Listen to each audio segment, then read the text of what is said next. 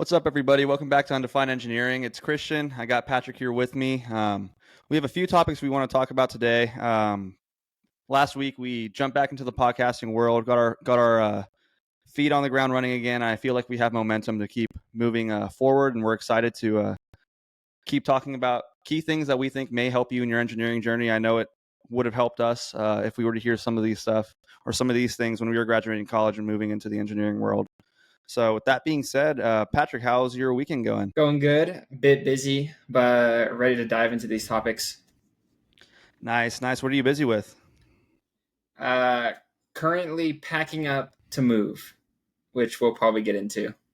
Nice. Yeah, we'll definitely get into that. We've got some exciting updates. All right, let's go ahead and get started. Yeah, today's podcast, brief overview. We wanted to go over some challenges students may face when they're deciding what type of job they want to go for after college, if the type of job market that they're in requires them to move, and what kind of considerations they weigh out as you look at some of those jobs moving into the future.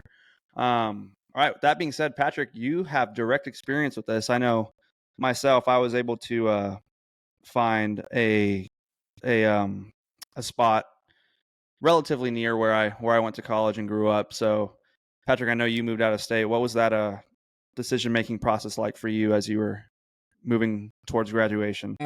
I think the biggest part is deciding if you even want to move out of state. I think for me, where I came, Colorado, is always like, if I do move out of Texas, I want to go there.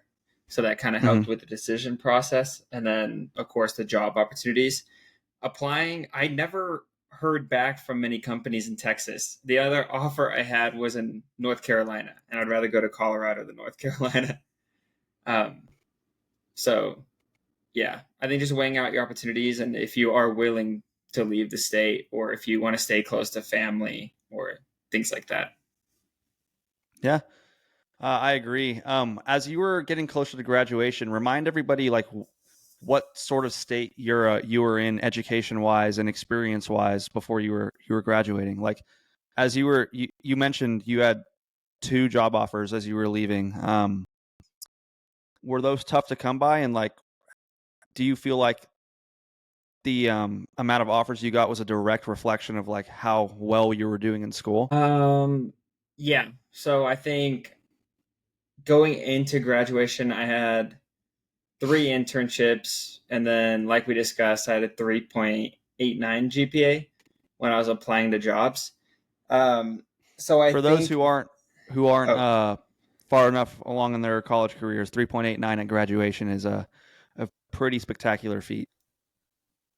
Yeah. yeah. Keep going, Uh, Patrick. but I think those kind of got me over the hump of getting interviews, because I think that's the biggest thing. Most jobs you apply to, you'll never hear back or just get rejected right away. And I like to consider myself pretty good at interviews. So most things I've interviewed for, I've gotten to the later stages or offers. Um, but yeah, I have a lot of friends who kind of didn't put internships and experience as a priority and are still looking for jobs just because the market is so bad right now. So experience is really a big thing. I think it's good to have a good GPA, but experience is definitely where I think recruiters and stuff focus on the most. Yeah. So you'd say like, I mean, you had the best of both worlds, right? You had great experience, great GPA, but if you had to put one above the other, you'd say the experience factor kind of outweighed the GPA for you. Yeah, for sure. Yeah. Because I think most places kind of understand just how hard juggling life and school is, so they don't expect you to have a perfect GPA. But if they see you were working or had a bunch of experience while you were going to school or during the summers, they definitely value that because you were maximizing your time during school. Yeah. I agree. And I feel like the only place you'll really find roadblocks in terms of like GPA or certain technical things called out on your resume is that initial recruiting phase when you're not dealing directly with like a hiring manager. You're going through the initial technical recruiter who's not nearly as like involved in what you're career field would be.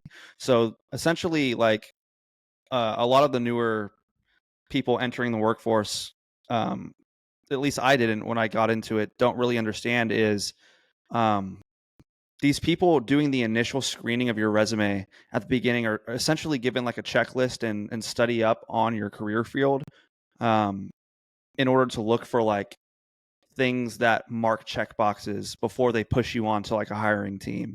So it's really crucial, like if you don't have a stellar GPA, to get that internship experience directly related into whatever role you're applying for, or at least um, if you have project experience inside of school, like mold your resume around keywords in that job posting to get past that initial recruiter phase and get that initial recruiter phone call.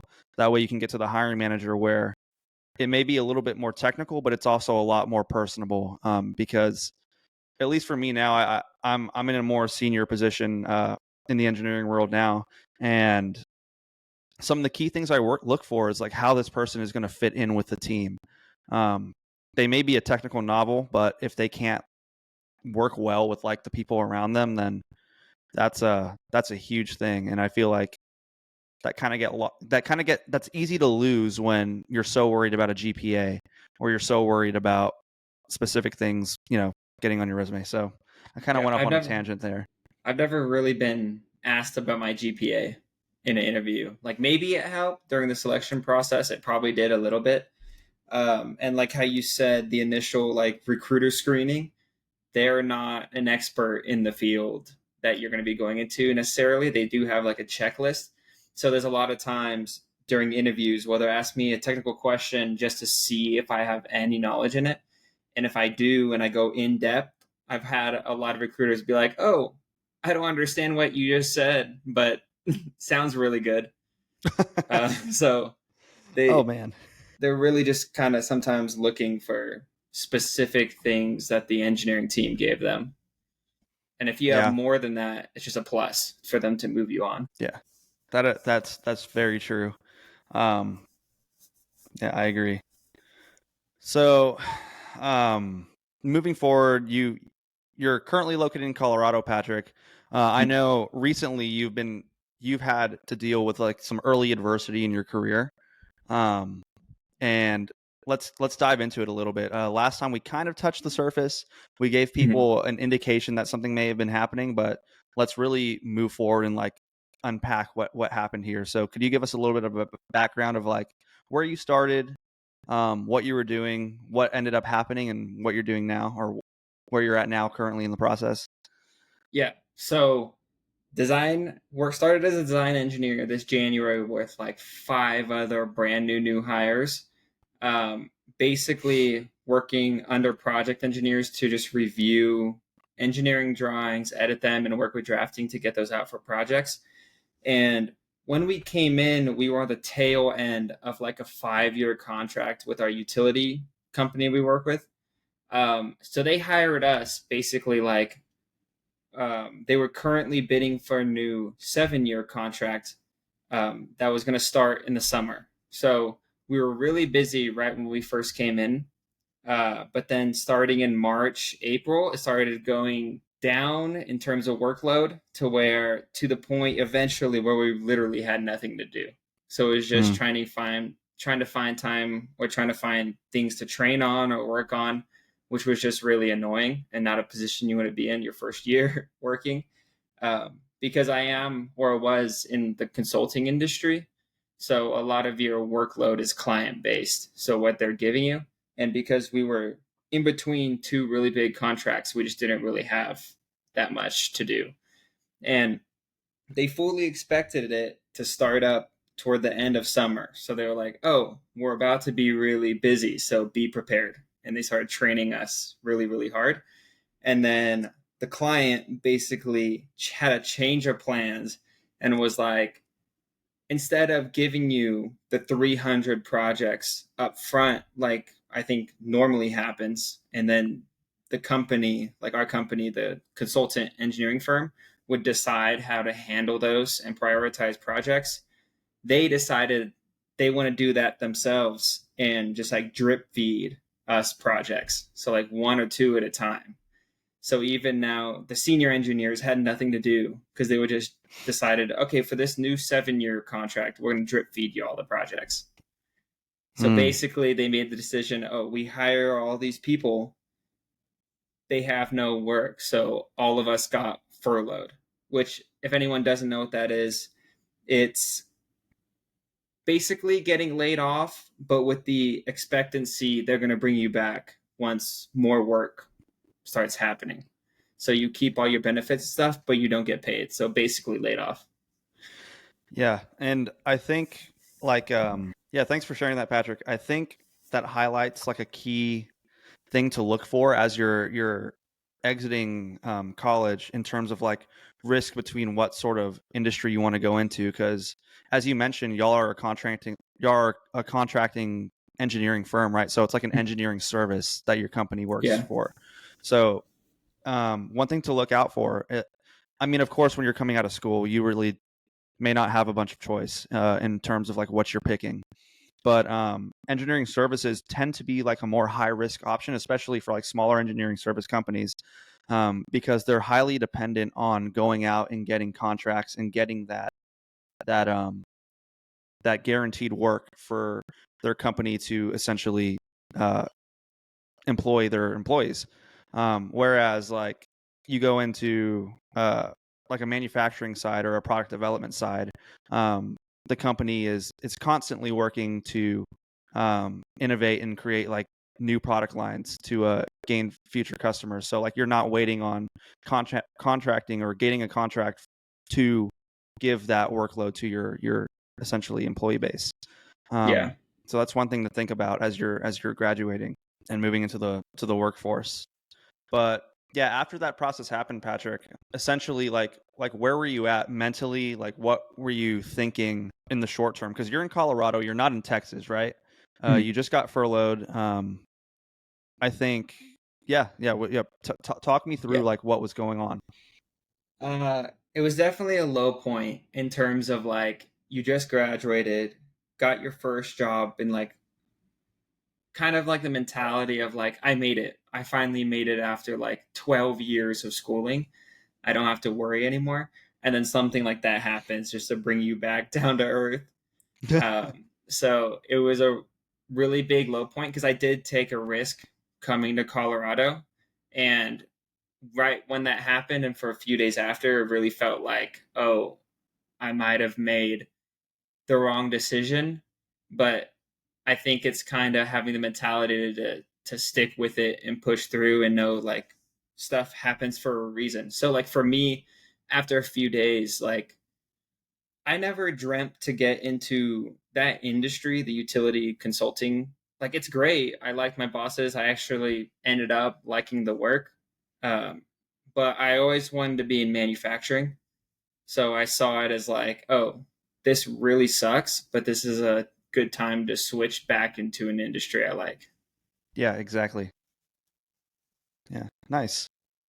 It's an awesome way to look at it. So like those next few weeks, like how hard would you say the grind was to find something quickly? Because like personal life and work life start to converge here, right? So like obviously you're paying for your own living space. Like talk me through like that process exactly like afterwards and finding a new role.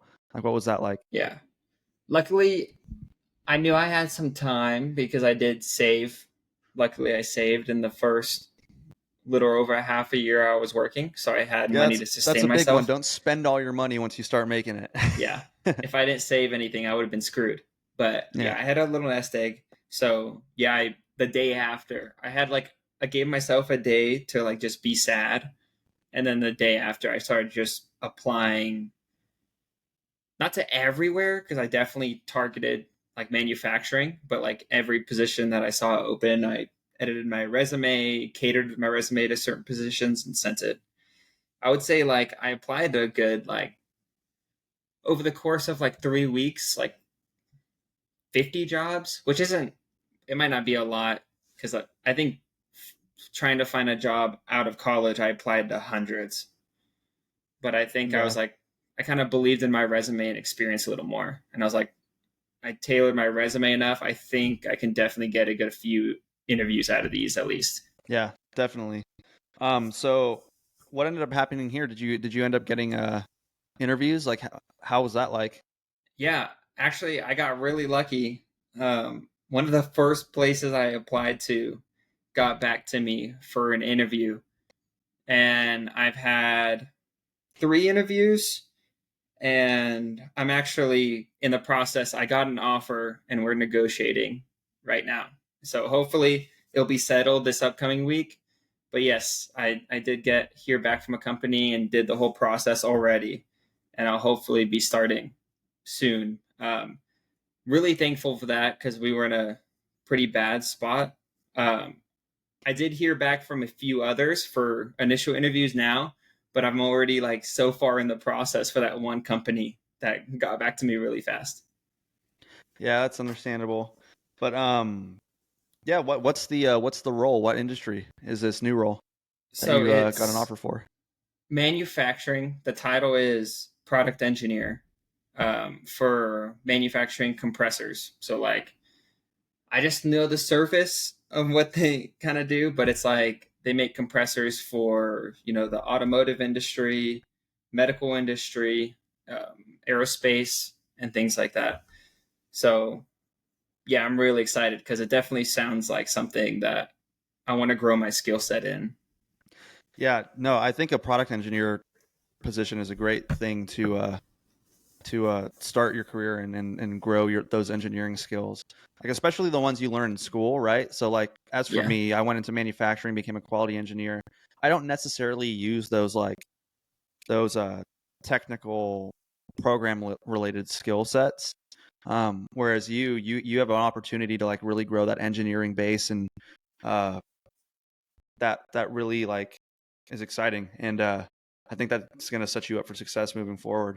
I think a piece of advice I have like as you move forward into the product engineer world is like really really like try to own all those projects and like own that product moving forward because like the quicker you can own something and then branch out and like learn everything about the next product and learn everything about the next product, the quicker you are into like owning a whole product line or a product base and being like that subject matter expert of an area that could really transition to anywhere you want to go. So like say you said they're compressors, right? yeah, um Say you learn like the ideal product development for a compressor in the aerospace industry, and then after that you learn something about compressors in the automotive industry, uh, and then you branch out into like other industries. You can then like go into either your own thing or some other company, and you have all this experience in designing compressors for like all those separate industries. You could really be like the subject matter expert of an engineering team over that like commodity, which is really cool moving forward. And not only that, would you lead them, but like you lead other teams, like you'd be the go-to for like the entire company, which is awesome. I think that's like something that is yeah, really cool about being a product engineer. yeah. I'm really excited, and it's a smaller company, which I prefer because I'll dabble in a little bit of everything. Um, yeah, so I'm excited about the new Sweet, role. nice. Another key piece of advice is you may be designing compressors, but learn the systems they go into. So like you may design the perfect ideal compressor at a local level, but if you hook it up to a certain type of system and it works perfectly, and then you take it out and you put it into another system, it may not work the same way as it was originally intended. So like really step back and think of like high level scope. What is my design going into moving forward? I feel like that sets you up for a lot of success. All right, but that's Yeah, awesome, dude. yeah. Sweet. Don't Do have you to know when you'll? go bankrupt. Yeah, yeah. That's a really nice thing. So how big is the company itself? I think it's. I mean, the manufacturing facility was like average size. I think it said like 200, 150 to 200 employees, Oh, that's something like a that. that's a small company. Yeah. Yeah. All right, and the company you were at beforehand, an engineering firm. I'm assuming they were also a small business. Uh, yeah, but they were definitely bigger than this one. I think they have Nice. over 1,000 employees. Oh wow, it's a pretty big Yeah. firm. Holy cow. Um, yeah. So you were at GM, right? Yeah. GM. Sweet. I mean, that's a ginormous company. Yeah, it Like, definitely is. considering, I mean, I guess you haven't had experience at the smaller company yet, but I know my previous background. I mean, I was at Toyota, Tesla, and now I'm at a small company called Shield AI. Um, I think a key thing for like people to look for as they're leaving college, maybe not as they're leaving college, but maybe earlier in their career, is like the difference between looking into a smaller company, like a startup per se, and looking into like a bigger company. So like, what would you think, since you don't have that much experience at like a smaller startup company, what would you think the biggest differences would be between like a bigger company and a smaller company for the same role? Say you were a product designer for a small company versus a big company. What do you think the differences would be? From This is something about my GM experience that I kind of didn't like. It was great in a lot of other ways, but I was on the manufacturing team and I had a few projects. And as soon as one of those projects touched another discipline, like if it went into quality, um, basically the manager would say, "Not your issue anymore. It's theirs." Mm, Because yeah, every team is so big, like they don't need to transfer talent across teams to get certain things done. So I would guess that the biggest difference is small company, you wear a lot more hats than you would at a big company, which would be a big plus in experience and learning, but it could also be a lot more stressful. I dude, I think you hit the nail right on the head because that's kind of where I was going with that question. Um, so as a younger engineer, as an engineer earlier in your career, as you look at roles, you should really analyze like, what do I want to get out of this role? Where do I want to be 3 or 4 years from now? Um, it's easy to get lost in the limelight of getting an offer from a huge company. Like I mean, I'm super grateful for starting with Toyota like I did, straight out of college. But the experience you get like going to a Toyota versus an experience you get going to like a smaller startup, vastly different. At a larger company, like things are much more standardized, things are much more defined. The scope of your role is much more siloed. And essentially what that means is it's a lot harder to get things done as an engineer, at a larger company. Whereas when you work at a smaller company, that extreme ownership factor of what you're doing and how you contribute to the success of the company is much more apparent. And at a smaller company, like if you hit a roadblock and it conflicts with another team, it doesn't matter if it's not directly your responsibility. Like you're at the end of the day, you're responsible for getting that done because I mean you're the only one there that can do it essentially. Um, and that will lead to a lot of higher stress situations, but I think it also leads to a much more rapid development for you in your career. And even if it's not as big of a company as say you wanted to get into, the amount of experience you're going to get in that process is unparalleled. Yeah, Sweet. that's for sure. Because Yeah. I'm still in that kind of, because I've switched industries after just 7 months, so I'm still very much in the phase like right after school when you're making important decisions for your development as an engineer and things like that. Um, so I think this role switch was a really big decision for me, and hopefully it'll get me to where I want to be in a few years in terms of like my knowledge and skills and what I can contribute. Made you bring out the thinking cap, pull out the big guns. Nice. Would you say it's harder or easier than you expected? Like navigating the job market after school? I would say it was honestly easier than expected, which is, I know a lot of people are finding it really, really tough just because I see so much online and TikTok of like, I've sent 5,000 applications and gotten nothing back. Uh, I haven't done too much research, but I've just heard from people that this is like one of the worst job markets like ever, or at least in the last decade or two.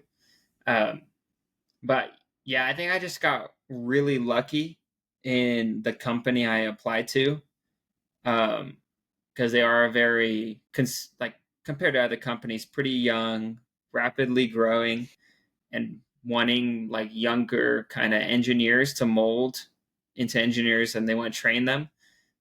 So I think I just got lucky with that aspect. But also, just with your help and stuff with the resume, a lot of people don't have like a good source to go to on how to format your resume, how to reach Yeah. out to recruiters, how to identify what jobs you should be applying to. Because I feel like a lot of people get discouraged because they're just applying to a lot of jobs that obviously they would get rejected to, or it doesn't really fit their skill set Yeah. and things like that. Yeah, that's an interesting point. Especially the things you say that you see on like TikTok where people are sending 5,000 applications Mm-hmm. out. And it's like that old saying, quantity does not equal quality. So like if you're sending 5,000 applications out and not getting responses for any single one of them, what are you doing? What sort of retrospective are you having on like your resume and your skill set? Like what are these roles that you're sending your resume out for? Does your resume accurately reflect like the skills outlined in that job posting? If not, is there a way that your current skill set can be refined to like for better fit the mill or the bill of what they're looking for? Or is it a lost cause? Is it a non-value add to send that resume out? Like Yeah. cut your losses, identify where your skill set aligns, and if you feel like your skill set fits a posting, don't just stop at the resume phase. So like all this time you're spending sending 5,000 applications out to companies, you could send that out to 20 or 30 companies and then spend that extra time that you saved spent sending out resumes before to look up recruiters, look up current employees, look up hiring managers, reach out to them on LinkedIn, develop your personal profile. Like there's a give and a take. If one method's not working for you, switch it up. So, yeah. And And it's just really hard to get past that first phase to get yeah, an interview. it's true. If you get an interview, of course, it's all up to you and your interview skills and personable skills. Whew. Yeah. One of these days, we're gonna have to run through a mock interview on here, show people what it's like. Okay, but you're doing it. You can interview me. Yeah, No, we interviews probably aren't pull in too someone bad. else. Yeah, I'll get we could do that. I feel like I'll get especially a entry level colleague. interviews. Yeah, Who? I'll get a colleague from work to come interview you. Oh, See how you do on camera. no. uh, Yeah. that'd be fun. Yeah. Looks like we're coming up on time. Is there anything else you wanted to talk about in this episode, Patrick? No, just like kind of reiterate the fact we talked about the small and big companies.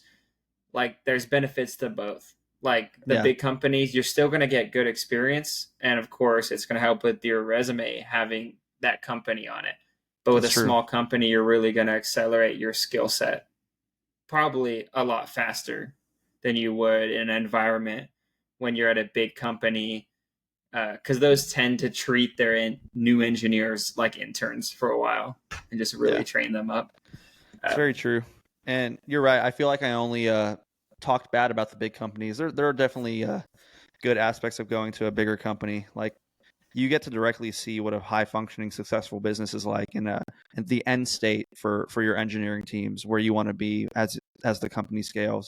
So it's like, yeah, you can go to a startup company and you'll have you'll probably develop your skills faster. But you'll also face a lot of frustrations in things that you know should probably be done more efficiently, but aren't, simply because the bandwidth and resource allocation just isn't there for a smaller company versus a bigger company. Yeah. No, that was a good point, Patrick. All right, sweet. Anything else you want to bring up? Just hopefully I'll have more news or info about that job next podcast. Hopefully it's all good news. Yeah. All right, sweet. Well, we're going to wrap it up here. Thanks everybody who stuck around to watch the episode to this point. If you have a topic that you feel like you want to be discussed, or we didn't go into enough depth on a topic that you wanted to hear more about, please leave a comment down below. We're happy to talk about anything. We're just happy to be here talking to you guys. So yeah. Until next time. Peace.